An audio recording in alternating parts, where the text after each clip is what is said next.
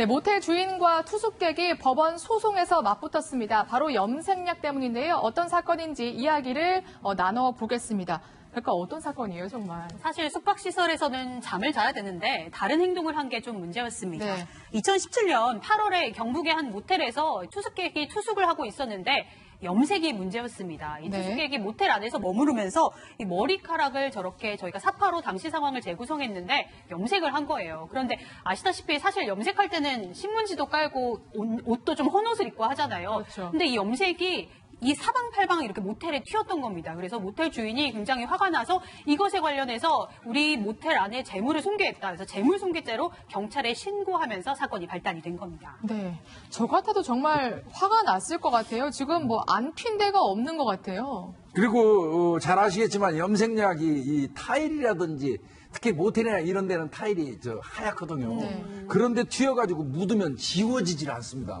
갈아야 돼요. 네. 저도 뭐 강의 때문에 이제 그 지방 같은 데 가서 모텔에 투숙을 해보면 그런 게 많더라고요. 그거 사실은. 그래서 이게 염색했구나 이제 그런 거 알게 되는데 네. 대다수의 모텔들은 염색하지 말라고 그 경고문이 써 있는데 네. 그럼에도 불구하고 해서 이렇게 재물을 손괴했다면 글쎄 변제하는 게 맞지 않을까요? 네, 지금 보니까 뭐 벽지, 시트, 테이블, 의자, 욕실, 욕조 그야말로 다 튀었는데 변호사님 그런데 경찰에 처벌을 받지 못했다면서요, 이 손님이요. 맞습니다. 왜냐하면 재물 손괴를 우리가 좀 생각을 해볼 수가 있는데 네. 사실 모텔 주인은 재물 손괴다라고 주장을 했습니다. 어떠한 물건을 망가뜨렸거나 아니면 효용 가치가 떨어지게 됐을 때 이제 성립하는 범죄인데요. 근데 재물 손괴죄 같은 경우에는 이제 과실범은 처벌하지 않거든요. 고의가 분명히 있어야만 합니다. 그런데 이제 모텔 주인은 당연히 재물 손괴다라고 했지만 이 부분이 인정이 되지 않았던 이유가 사실은 고의가 없다라고 본 겁니다. 그렇죠. 네. 고의로 어떤 염색약을 벽지에 발라놨다라든지 일부러 부어놨다든지 이런 게 아니라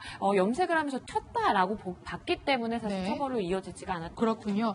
형사처벌을 하지 못하게 되자 이 주인 정말 화가 났는지 민사소송, 그러니까 손해배상 소송을 하게 된다면서요. 네, 맞습니다. 사실 인테리어비부터 해가지고 위자료를 내놔라 이렇게 네. 소송을 한 건데요. 구체적인 금액도 있습니다.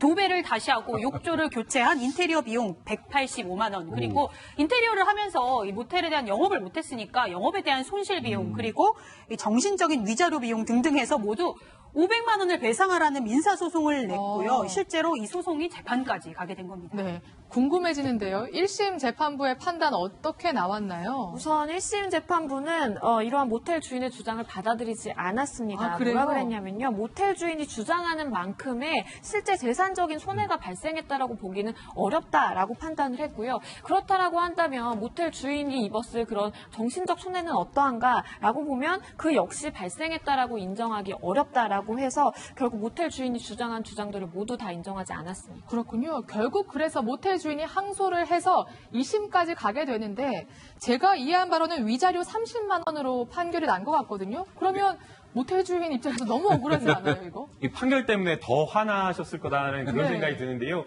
위자료 30만 원만 부담하게 된 것이 아니라 실질적으로 따져보면 소송 비용 90%까지 원고에게 부담하도록 되어가지고 오히려 손해를 지금 재판을 해가지고 문제 해결을 하는 것이 아니라 손해를 입게 된 어떤 그런 상황인데요.